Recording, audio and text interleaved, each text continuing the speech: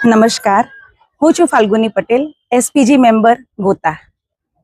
ઋતુના કુસુમાકરમ એટલે કે ઋતુઓમાં વસંત ઋતુ તે મારું સ્વરૂપ છે એવું ભગવાન શ્રી કૃષ્ણએ ગીતામાં કહ્યું છે.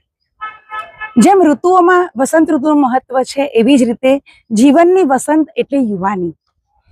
જીવનમાં યુવાની એ જીવનની વસંત છે.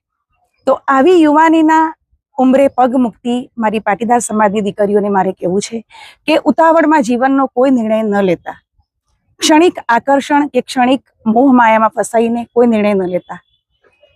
માતા પિતાને પણ મારી એક વિનંતી છે કે દીકરીઓ લગ્નની ઉંમરની થાય ત્યારે એને એ ઉંમરમાં એને પરણાવી દેવી જરૂરી છે. નહીતર શું બને કે દીકરી જ્યારે ઘરની બહાર નીકળે છે ત્યારે સામે મળતા પ્રત્યેક યુવાનની અંદર તે પોતાનું જીવનસાથી જોવે છે. આમ અનેકવાર એનું મન બંધાય છે અને અનેકવાર એનું મન તૂટે છે.